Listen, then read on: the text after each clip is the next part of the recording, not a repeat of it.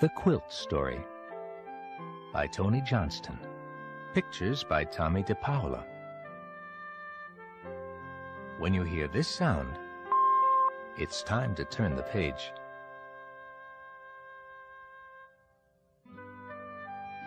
A little girl's mother made the quilt to keep her warm when the snow came down long ago.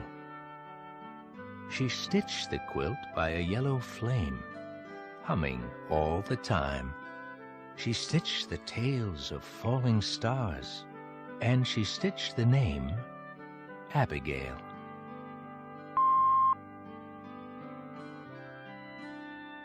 Abigail loved the quilt. She wrapped it round her in the quiet dark and watched the winter skies. Sometimes she saw a falling star. Sometimes Abigail played in the woods near her home. She had tea. Her dolls had tea. And the quilt had tea all over it.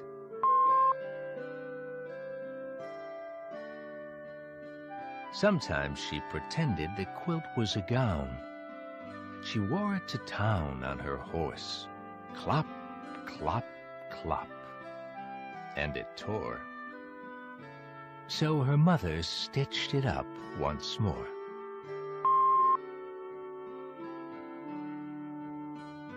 Sometimes she played hide and seek with her sisters. She laughed and cried, "Don't peek," and hid under the quilt, and everyone found her. Sometimes Abigail was sick. She sneezed and sneezed. Then she slept under the quilt, and she felt better.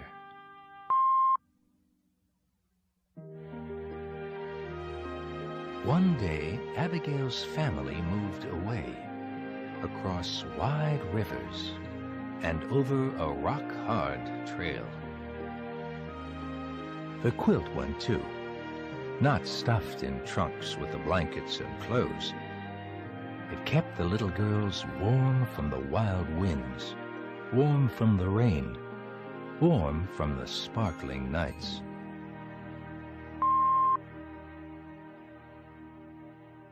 They built a new house in the woods. Abigail's father built it with his hatchet. Chop, chop, chop. He built her a new bed. Chip, chip, chip. He made her a new horse, too. He worked until curly shavings covered the floor, and everyone sneezed and said, "Welcome home," and was glad. And Abigail felt sad.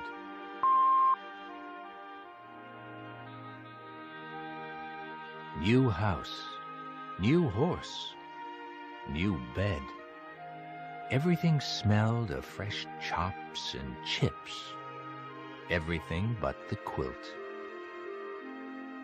So her mother rocked her as mothers do, then tucked her in. And Abigail felt at home again under the quilt.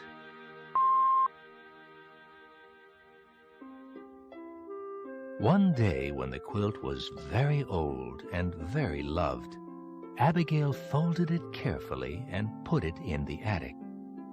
Everyone forgot it was there.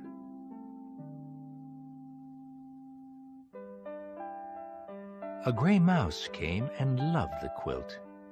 Her babies were born on top of it.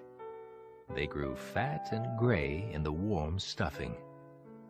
When they got hungry, they ate a falling star.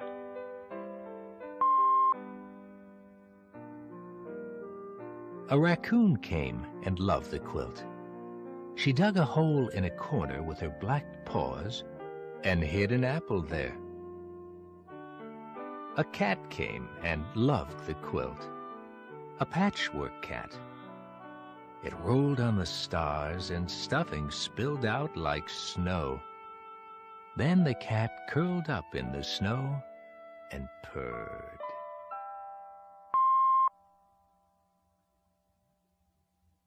"Kitty, kitty," called a little girl.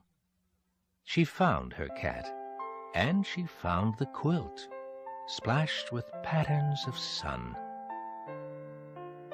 The little girl wrapped the quilt round her, and she loved it too.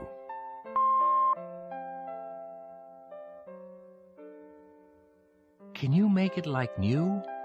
she asked her mother. So her mother patched the holes. She pushed fresh stuffing in. She stitched long tails on the stars to swish across the quilt again.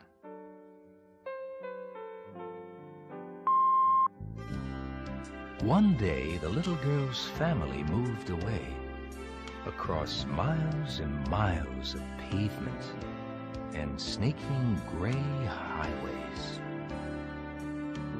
They found a new house, freshly cleaned, freshly waxed, freshly painted, white.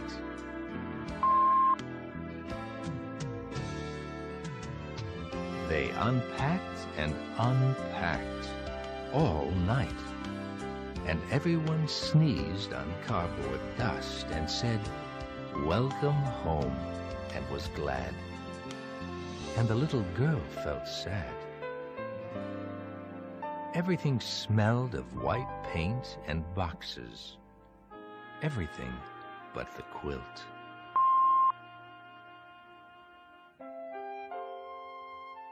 So her mother rocked her, as mothers do, then tucked her in, and she felt at home again under the quilt.